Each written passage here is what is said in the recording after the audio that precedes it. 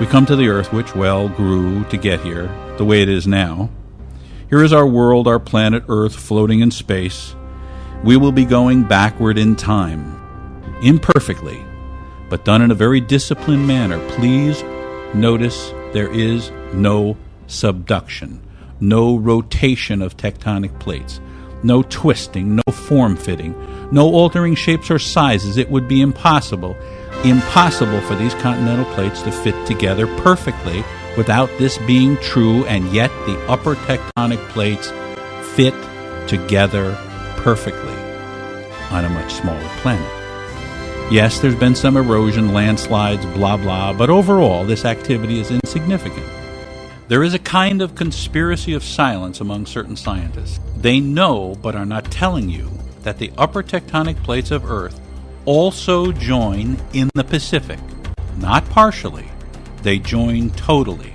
You are asked to believe that the continents swim or drift about willy-nilly, bumping and crashing as if they were on a greased skillet. This is not true. The simple truth is apparently too upsetting to too many apple carts. We're now going forward in time to show how the actual growth of the Earth took place. Imperfect as to details, but the overall is nailed. Antarctica, as you see, has become subtropical.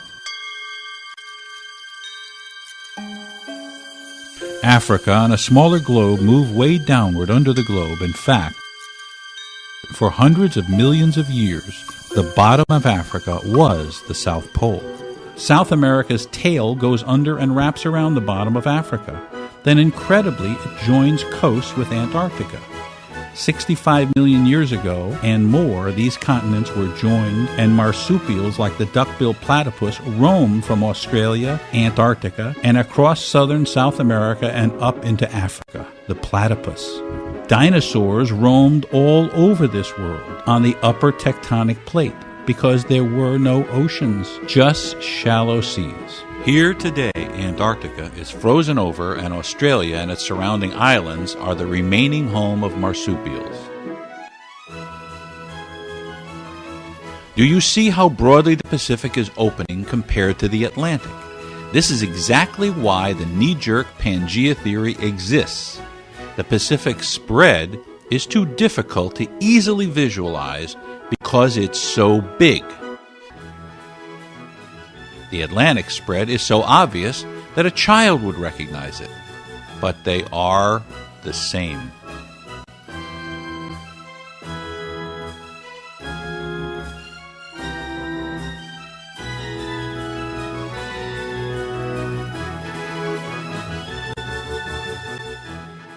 Check this map out.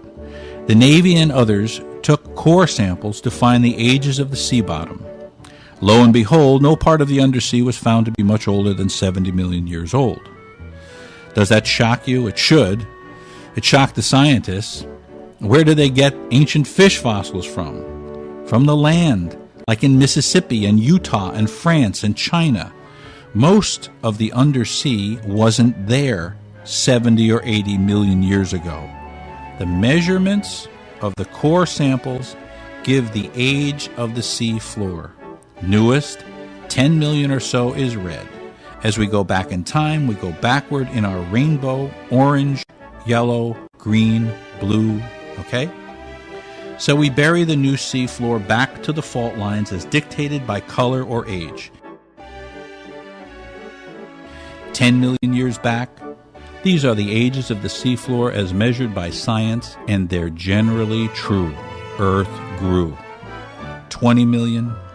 I'm not making this information up. This map comes from the scientific community. 30 million. You can find the same map in many places on the internet. It's common knowledge. 40. The ocean bottom is from 1 year to 180 million years old. 50. 70% of it is no older than 60 million years old. 60. The upper plate, the continents, are as old as 2 billion years old and more. 70. 10 to 20 times as old as the undersea plates. The undersea plate is new and spreading at the rifts. Why does the scientific community desperately cling to and promote the idea that the ocean bottom is sliding under the continents and into a magma which is twice as dense as solid granite? A totally unsupportable and scientifically unsound idea?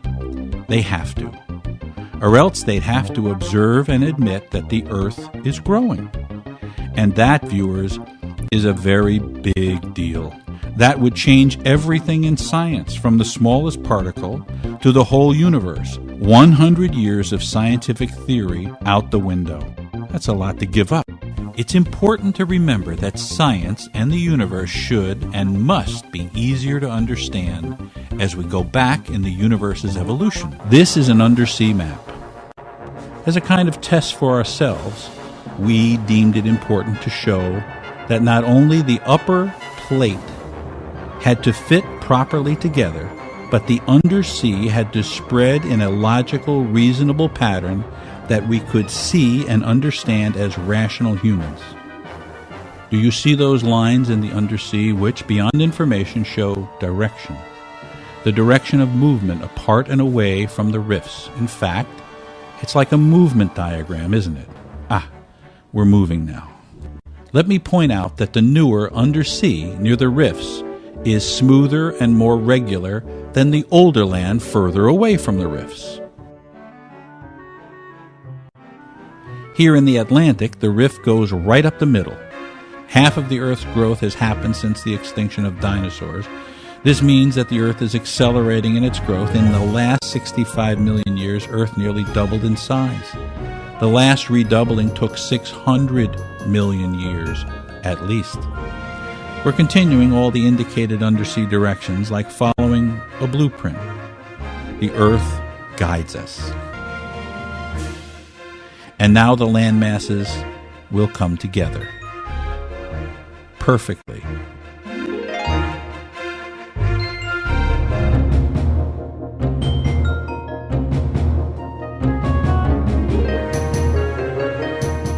As we now go forward in time from 185 million years ago, please notice there is no subduction, no raising and lowering of land masses. There can't be. It's hell in the form of magma down there. Local raising and lowering, yes, but not on a massive basis. It can't happen. There's no turning, rotating of land masses. The land masses sit in their individual plates and don't move. The rifts open, that's all. For examination, I'm going to run a few vignettes of each area of Earth that you have a right to be curious about. The North Pole. Man, I love this map so much. There was a piece in the recent National Geo. It shows that the trees in Asia and North America were exactly the same trees. Well, this is why. The land was together when the trees evolved.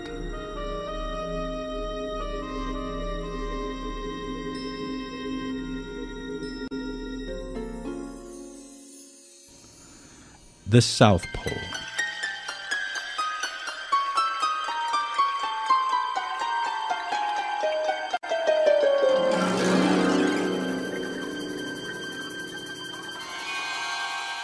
The oceans have absolutely nothing to do with tectonic spreading, except that they cool the thickening mantle.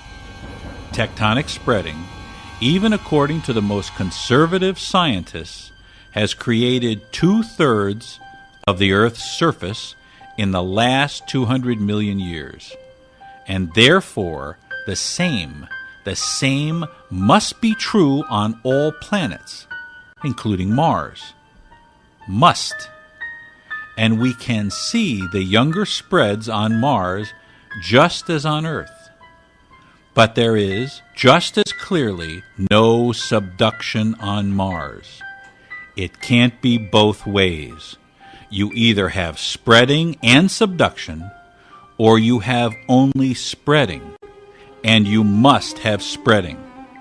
Or you can continue to ignore the facts and say, as the ancients said, that the Earth is unique and singular in the universe, and that we are the center, and the universe rotates around the Earth.